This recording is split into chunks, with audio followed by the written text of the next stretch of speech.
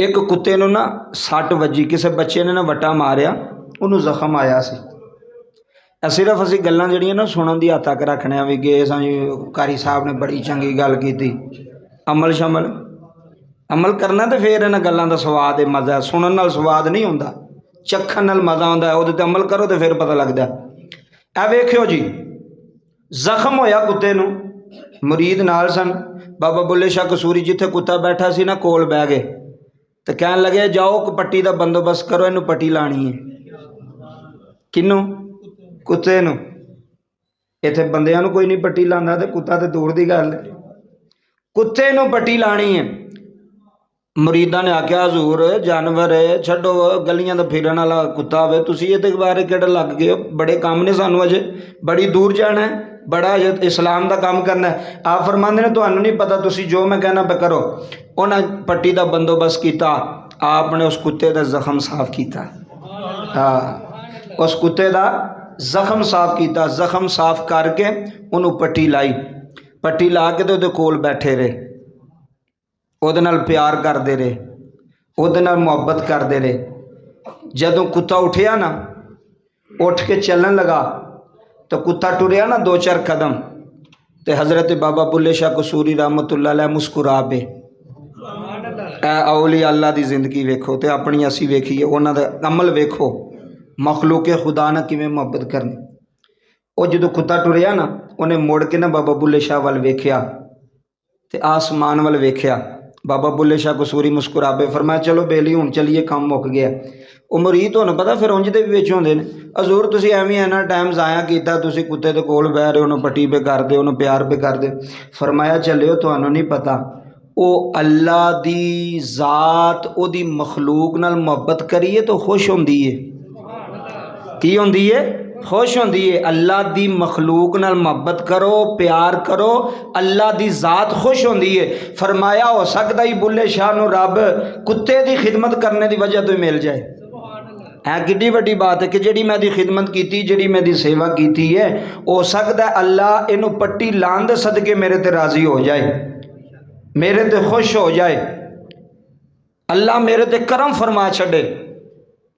असी जो वेने ना गल्लां पढ़ी दियां ने, तो फिर मंजर वेने, फिर दुख भी बड़ा होंदा है कि साढ़े अंदर इंसानियत जी है ना, वो चीज़ कोई नहीं रह गई, इंसानियत। अगले दिन मैं गड्डी ते आना पिया सां, तो मैं मंजर वेख्या भी 2 मुंडे ना नवे नवे कोई तकरीबन 17-18 साल उम्र होनी, उन्होंने मोटरसाइकिल ते बैठे, तो पुल क्रॉस पे करन, नहर का ना पुल क्रॉस पे करन। तो वो नहर के पुल के नाल ना एक कुत्ता बैठा सी ना, लत्तां सीधियां करके ना कुत्ता बैठा सी पुल के उत्ते। उन्होंने ना उहदियां लत्तां दे उत्तों दी मोटरसाइकिल नंगा छड्डी। तुसीं भी सड़कों ते वेखो की बनता, मुंडे छुंडे जो व्हील चुकते, उन्होंने की पता, उन्होंने एहसास ही नहीं भी मैं किड्डा वड्डा जुर्म कर बैठे ने उदों भी, और अल्लाह की अदालत विच किड्डे वड्डे वो मुजरम बन गए। वेखो वो कुत्ते ने चीख मारी, चीख मार के ना वो नस गया, लेकिन जेड़ा वो ना वो कुत्ते नूं दर्द दिता है, उन्हां दा माफ़ हो सकदा? बोलो सारे, हो सकदा? वो नहीं हो सकदा। कोई पता नहीं अगे जाके डिग भी पे होनी, उन्होंने फौरन सज़ा भी मिल गई, उन्हां दी सज़ा जिहड़ी है वो थोड़ी देर वास्ते मुनकते हो गई होवे, लेकिन सज़ा उन्होंने लभनी, क्योंकि उन्हें एक बेज़बान दी लत्तां दे उत्तों दी मोटरसाइकिल लंघाई। साढ़े बच्चे ना नौजवान, इन्हें नहीं पता, एवं पे जुलम कर, बिल्ली का बच्चा उन्होंने चुक के सुट छड़िया। एहो जी जिहड़ी मखलूक है, इन्हां नाल मुहब्बत करो, इन्हां नाल प्यार करो। अल्लाह की इज्जत की कसम है, मैं अल्लाह ऐलान एक गल करना, तो यह जिहड़ा कुत्ता हुंदा ना, कुत्ता यह इंसान तो ज़्यादा वफादार है। आजमा के वेख लो, अजकल जिहड़े साढ़े जे रिश्तेदारियां ते साढ़े तलक ने ना, इन्हां तो ज़्यादा वफा कुत्ते दे अंदर पाई जाती है। मेरे जे बंदियां नाल, मैं थोड़ी नहीं गल करदा, क्यों? कुत्ता दा वेखो खसूसियत की है, कुत्ता कुत्ते नूं मारो भी ना, वो मालक दी चौखट नहीं छड्डदा, वो मालक दी चौखट। मैं अज गल पढ़ी है ना कुत्ते दी, हज़रत बाबा फरीद दी, तो मैनू गल याद आ गई, मैं मिंबरे रसूल ते बैठा कि ये मखलूक इन्हां नाल मुहब्बत करो, प्यार करो, तो ये बंदे नाल वफा करके दस दी। सही बात, बंदे नाल वफा करके दस दी। 2 कुत्ते रखे ने असी भी घर, वाल साहब ने मैनू उथों गल मेरे जहन च आई, वाकई गल याद। मैं राती 12 वजे भी जावां, 1 वजे भी जावां गड्डी ते 2 वजे भी जावां, उन्होंने पता लग जाता कि ये साढ़े मालक की गड्डी आ रही, मैनू नहीं पैंदे। और कोई बंदा आवेगा, अजनबी आवेगा, उन वास्ते भौंकणगे। हुण कुत्ते नूं किन्ने दस्सिया भी यह मालक है ते यह दूसरा बंदा है। वेख इन्ना शऊर है उहदे अंदर, इन्नी वफा है उहदे अंदर, क्यों की करदा मालक नूं नहीं पैंदा।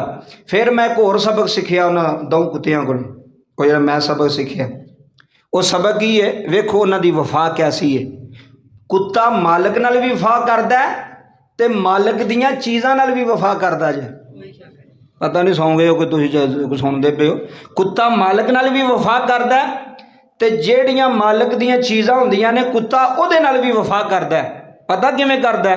यह तो मैं अपना तजर्बा किया है, तो किसी की सुनी सुनाई गल ही नहीं, ये मैं अपना तजर्बा किया, मुशाहदा किया इन्हां चीज़ां किवें वफा करदा। हुण कुत्ता जिहड़ा हुंदा है, कुत्ते का शिकार है कुकड़ियाँ, है कि नहीं? कुत्ता नहीं छड्डदा, कुक्कड़ होवे कुकड़ी होवे, वो शिकार करदा, उन्होंने खा छड्डदा, खत्म कर दिंदा। असां कुकड़ियाँ भी रखियां, सारा कुछ रखिया, लेकिन वो कुत्ते नूं पता है कि ये मेरे मालक दियां कुकड़ियाँ ने। यार कैसी बात है, असी इंसान ही एडे यार बेहयात किहड़े पासे। उन्होंने पता है यह जिहड़े जानवर परिंदे ने ना, ये मेरे मालक ने रखे ने, वो उन्हां दे कोल भी फिरनगे, उन्होंने कुछ नहीं कहणगे। तो मैं एक दिन सोचा पिया, मैं आख्या वेख सुल्तानी साहब तुहाडे नाल ते कुत्ते चंगे ने, आ जिहड़े दो तुसीं रखे ने, वेखो ये मालक दियां कुकड़ियां दी भी इहनूं पहचान है भी मैं ना कुकड़ियां नूं कुछ नहीं कहना, ये मेरे मालक दियां रखियां होईयां ने, ये मेरे मालक दियां।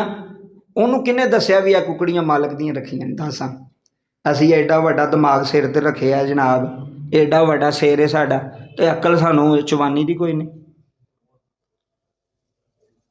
पता सानूं एक मासा भी कोई नहीं। तो वह वेखो जिन्होंने असीं एवें ठुड्डे मार छ, मैं ना गड्डी नगा छड़ी उन्होंने पैरों तो, कुत्ते नूं असीं हकीर समझने आ, गली में जाता होवे मुंडा एवें ठुड्ड मार के परां सुट छड़ेगा, उन्होंने हकीर समझने आ, लेकिन उसकी वफा वेखो।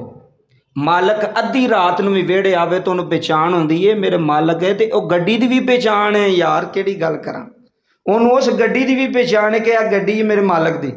फिर उहदियां जनाबे वाला कुक्कड़ कुकड़ियां की भी उन्होंने पहचान है कि मेरे मालक ने रखियां ने। इस तो वड्डी वफा हो सकती?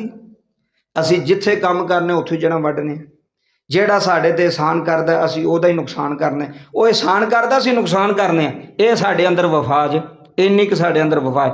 जेड़ा नेकी करेगा असीं ओहदे नाल उल्ट चलांगे, जेड़ा साडे ते एहसान करेगा असीं ओहदे नाल उल्ट चलांगे, ओहदा नुकसान करांगे। वफा कोई नहीं, कुत्ते जिन्नी भी वफा कोई नहीं मेरे जे बंदियां विच, तुहाडी नहीं पे गल करदा। तो बड़ा सबक है हज़रत बाबा बुल्ले शाह कसूरी दी कि गल वो जानदा है मेरे मालक दा बूआ है, उन्होंने एक दो टाइम रोटी ना भी मिले तो पिंड च जाके नहीं दसदा भी मेरे मालका मैंने रोटी नहीं खवाई।